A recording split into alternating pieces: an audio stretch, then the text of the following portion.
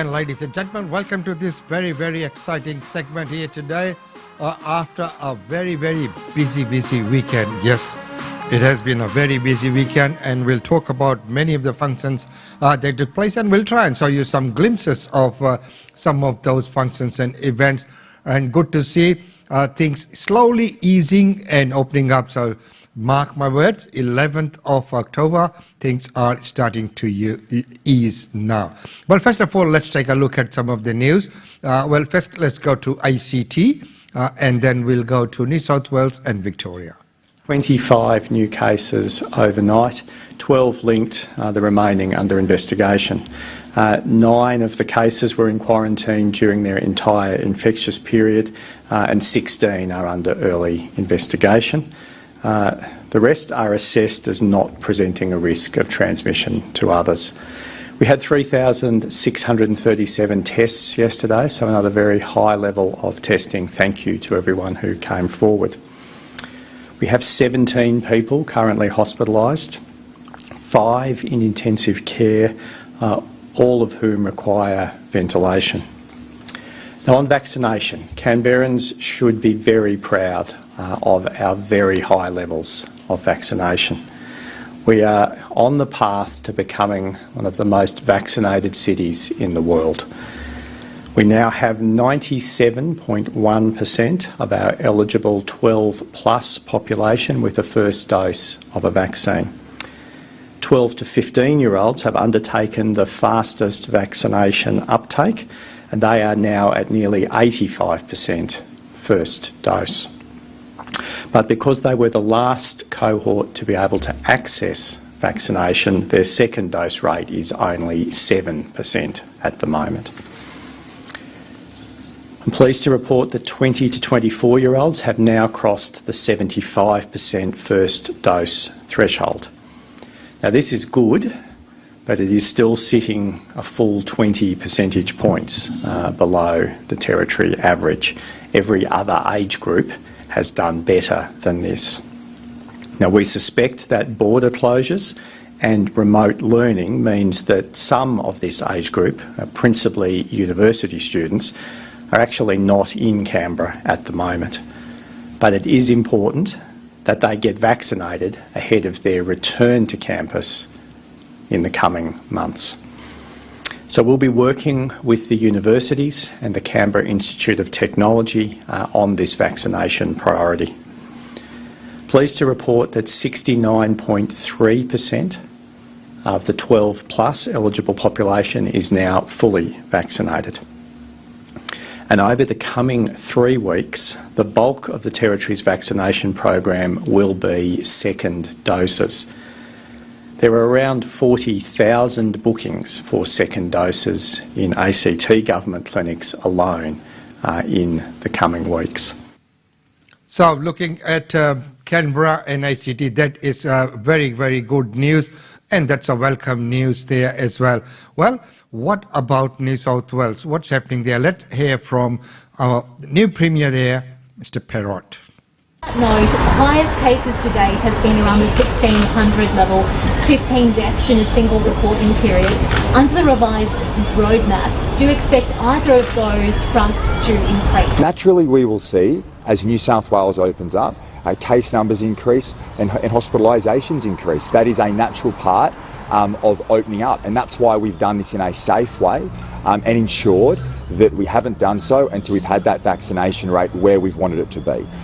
We hit the 70% mark, we set those milestones out, our case numbers are lower than we anticipated. That's an incredibly positive thing for the people of our state. That means people have been following the difficult rules that have been in place. There have been challenges, but there's no doubt as we open up, cases will increase. We will learn to live alongside the virus, but importantly, in doing that, what we have to do is get that vaccination rate continuing to increase. And as the Minister has said very, very clearly, if you haven't been vaccinated yet, please go out and do it. That keeps you safe, your family safe, and your friends right across New South Wales. And once again, that is very, very important and very well said. Well, what are the genomic sequences revealing in New South Wales? So what's happened is they've recently, this dates back to September when this returned traveller came in. Now what we're investigating is, was there someone else on the plane that was positive?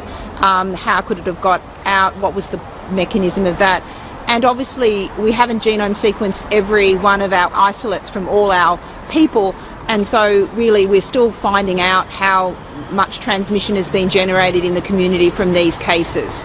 That will evolve over time. I think the main thing for the community to understand is that there's nothing different about this. It's a different Delta strain, but it's still a Delta strain.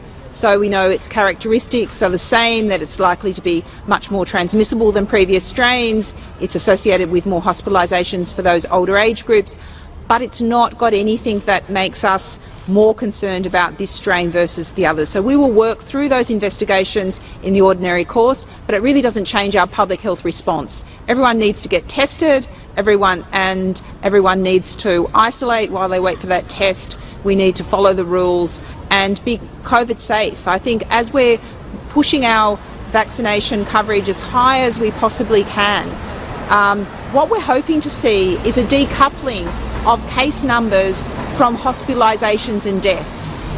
So that's what we've observed overseas, that you can have higher rates of cases but a decoupling. And we also know we have plentiful vaccines, so when booster doses become available, we've done a great job at vaccinating. We'll be able to roll out those, meet any recommendations that ATAGI might make in relation to booster doses. So my key message would be, continue to get vaccinated. It's going to protect you, your loved ones and the broader community. So the message there is continue to get vaccinated, and of course I couldn't agree more. We need to do that, and as things are going to be easing, as we open up, and there will be cases out in the community, but then we'll need to learn to manage that. There will be hospitalizations, of course.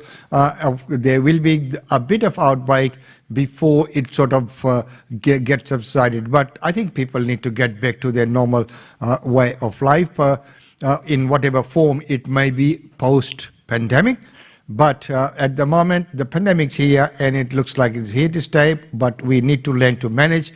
As the restrictions ease, we will have to take those responsibilities. There will be cases, but we'll need to learn to manage those. Well, right now, the last report on this COVID-19 segment today. Let's go to Victoria. When it comes to the secondary contacts now, when someone in a household is deemed a primary contact, obviously they have to isolate. What do you then say to those people who live or who could be secondary contacts? What do you want them to do now under these new rules? Yes, so the change in secondary close contacts means that anyone, so you're exactly right, Nick, if I had been deemed, for instance, a primary close contact, those people who live with me and those people who might have engaged with me, for instance, even work colleagues, might have been deemed secondary close contacts if it related to the right period of exposure. Now, those people who live with me would be free to go about their business, provided, of course, that I don't develop symptoms and become a confirmed case. So those people can go to work, can go to Coles or Woolworths and get the shopping done, walk the dog, whatever it might be, they can go about their normal day-to-day life, provided, of course, that that primary close contact is isolating as best as possible away from the other members of their household. Do you recommend, though, those secondary contacts get a test just in case? Look, there'd be really no need to get a test, especially at the beginning. If the primary close contact develops symptoms, then absolutely you'd probably want to test the whole household, but the focus is on that primary close contact because they're the ones at most risk of becoming a confirmed case. For families already in isolation, if they thought they were stuck there for 14 days together, they may not have been isolating as well as you might have hoped from the primary close contact. So is there a concern when you release these 16,000 odd secondary close contacts that they may in turn spread COVID? Look, I would, if anyone is symptomatic, they're not released. If anyone is symptomatic, please go and get a test. But those secondary close contacts who are not symptomatic are free to go. And how will those 16,000 know they're free to go, and when are they likely to be told? They will receive a text message throughout this weekend. So at some stage during the weekend. That's right. And don't go before you get that message. Look, I mean, that will provide them with the evidence that they are free to go. If someone is unsure of their status, we would ask them to, go with an abundance of caution approach and not leave isolation. Again, the advice for primary close contacts is not changing. So that 14-day isolation period is still true for a primary close contact. It is only changing for secondary close contacts, and you should receive confirmation of that throughout the weekend. Difference there is between the primary and the secondary contact, and of course it could be a little bit confusing for people. If in doubt, please do check before you go into the rest. Right now we'll go and get a message from our sponsors for this segment, and after that we have today's interview, which is on a very, very important topic. It is on loneliness and other things. So it is very important topic. And right after that, we will go into lots of little coverages from local functions and events over the weekend. Right now, here's a message from our sponsors.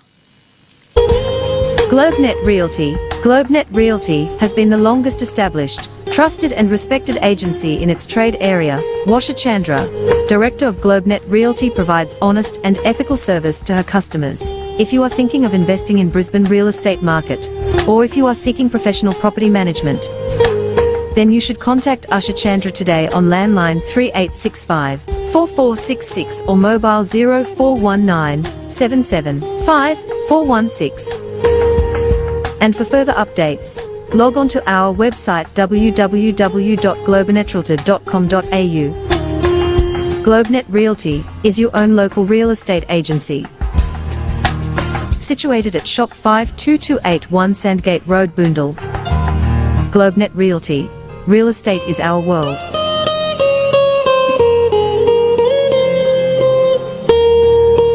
And real estate is the well. And don't forget that on every Wednesday we have real estate update with Usha Chandra right here on this channel.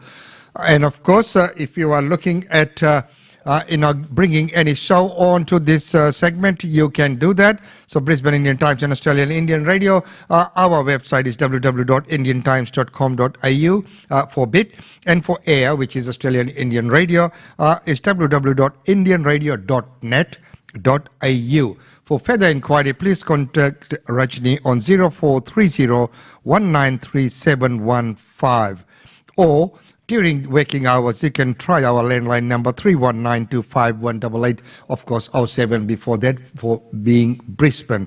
Well, right now, let's go into the interview for today. Now, it is very, very important. The new research reveals Australians are embarrassed to admit they're feeling lonely.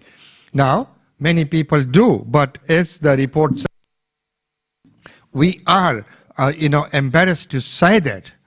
New research reveals 44% of Australians regularly feel lonely, and 9 in 10, which is 91%, say they experience loneliness, and half, about 48%, are too embarrassed to admit this.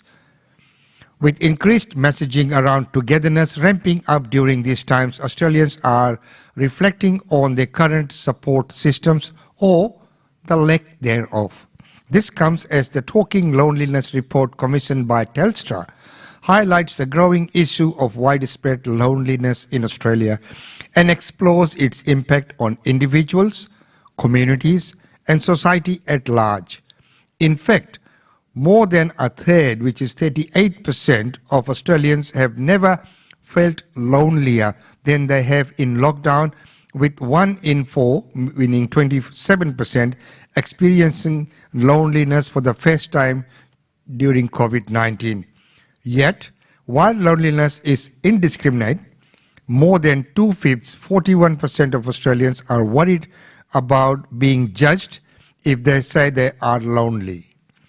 These worries are particularly prominent amongst members of the LGBTQ community, Gen Z, and the millennials, 50%, and parents with children under 18 with 50%. So today we are glad that we've got Matt Smithson coming in. He's the National Media Relation Manager at Telstra. Unfortunately, due to his commitments, we could not get him via video link, but we're getting him via an audio link. So with that, we'd like to welcome to Matt Smithson. So he's a spokesperson from Telstra who touches on the report findings and breaks it down into the generations and the generation gaps, and to see how and what is being done and what we can do about this. So we'd like to welcome Matt to the studio. So first of all, Matt, once again, it is a great topic, and this is,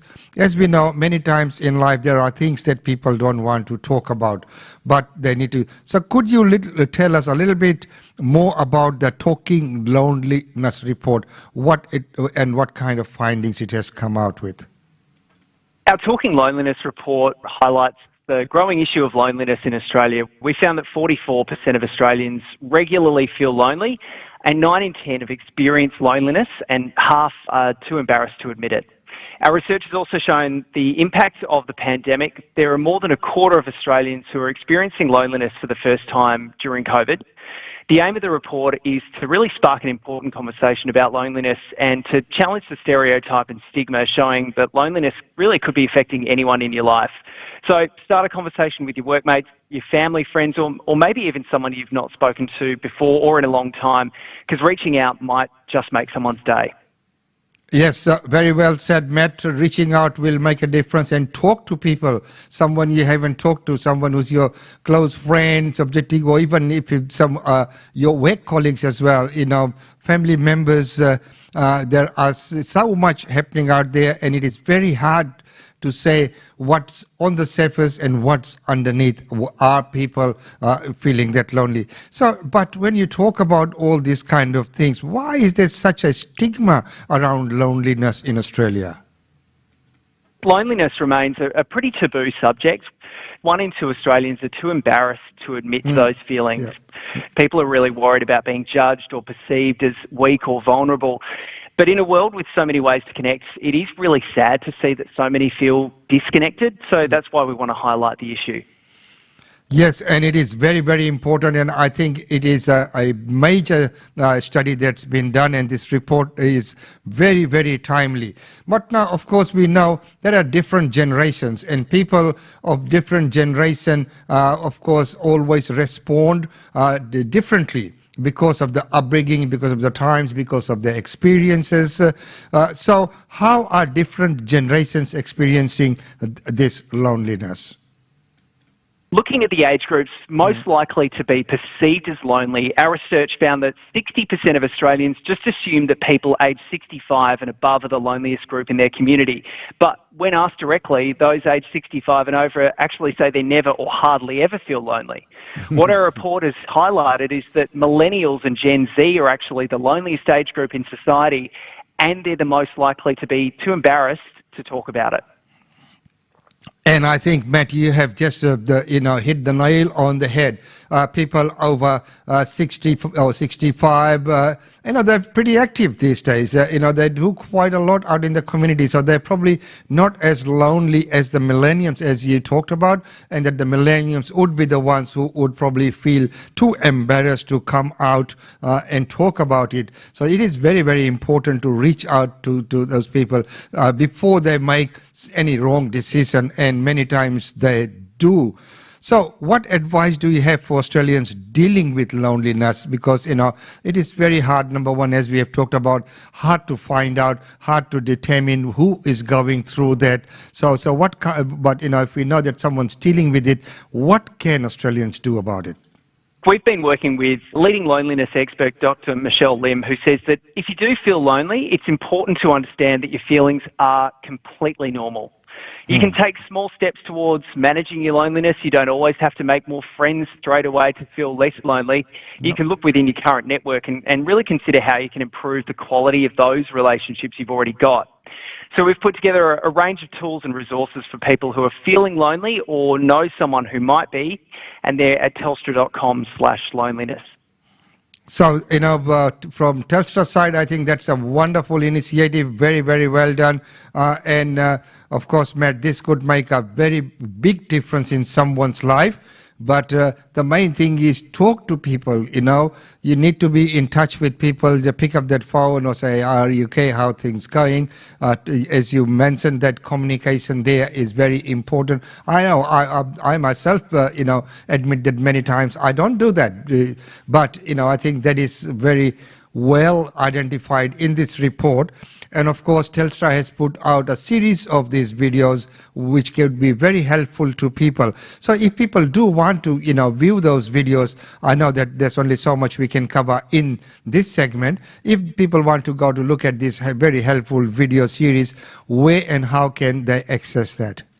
So to create awareness of this important issue, we've released a video series that's highlighting the real stories of Australians who are impacted by loneliness, as well as a really dedicated hub with resources and support tools.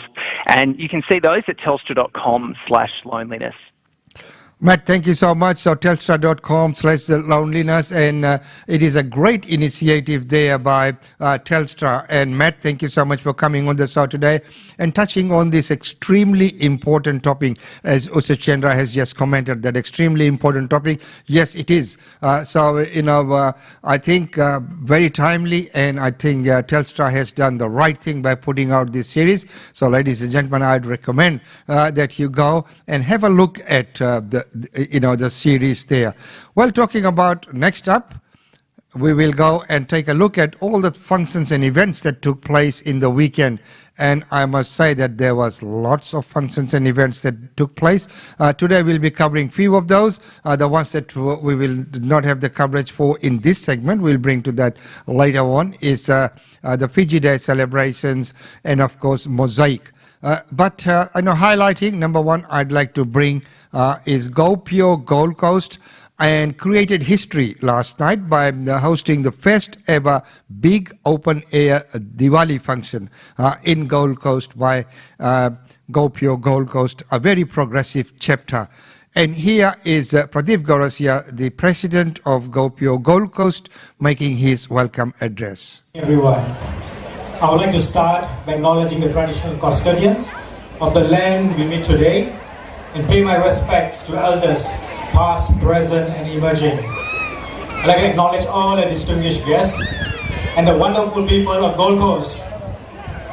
Diwali is about good over evil and victory of light over darkness. This battle is within us. So instead of lighting wax candles, we light divas, where the cotton wick draws the energy of the ghee to the tip of the flame and glows. Let's build the same energy within us to grow brightly and share the light and warmth with our families, our friends, our community, residents of Gold Coast, Queensland, across Australia and the world. Together, we shall overcome any challenges. Today's event is the first for Gopio Gold Coast, the first in Broadwater Parklands, the first in Gold Coast to a massive crowd of 2,000 plus. Thank you, Gold Coast. Well done.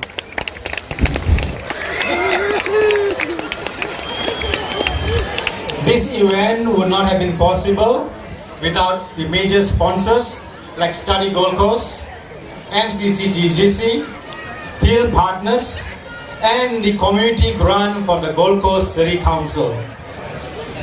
Would like to. So once again, Gopio was very, very busy in the weekend.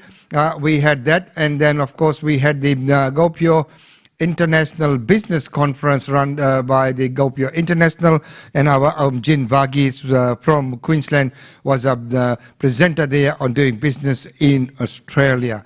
Well, right now, of course, on the weekend we saw the launch of Indian Cultural Expo. The Indian Cultural Expo, and of course it was inaugurated, and Usachendra was there for the inauguration of that, and it is a wonderful initiative, which sort of leads into something very, very important, which shows that, communities should come together and have this kind of events like this Expo was just an excellent idea, so that everything's there under one roof, and people can find all kinds of Indian artifacts and things under one roof. So it was good to see that there were many stalls, many people who took those stalls, and it's the fest of many, and that was wonderful to see that. Next up, we'll go to Oikathon, which is a new Bengali association which is formed, and yesterday they had the inaugural Durga Puja. In the 9 forms of Ma Shakti, means women power. So, it is recognizing women power as well. So, for the council, I'd like to say that, we really appreciate the support, and of course, being very diverse, as you mentioned, that the council, with so many different languages being spoken, so many different communities coming in, and the support that we get for the things that we do, things that matter to us, things that unite us rather than divide us, and the support. This is a new, young, progressive team which have come together, and I emphasize the word young because you will see renewed energy within this group. So any support that can be accorded to them would be really appreciated. And to everyone, may Ma's blessing be on you all the time, and may she really appear. Thank you very much. Thank you so much. Thank you, Mr. Chandra. Thanks for those encouraging words. Really means a lot to us. Mr. Ram Mohan. And of course, as it was mentioned that this is a young and progressive organization, and wonderful to see the youngsters coming together and putting on a show like that. Well, next up, we'll quickly look at Simply Human and the function that took place. And of course, we know Yatra, run by Sudha Manian, performed there.